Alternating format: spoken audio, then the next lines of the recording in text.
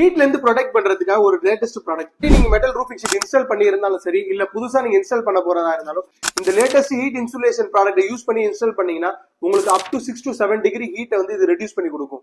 இந்த product 2 different வேரியன்ட்ல வருது. ஒன்னு அலுமினியம் பபிள்ல வருது, இன்னொன்னு XLP ஷீட்ல வருது.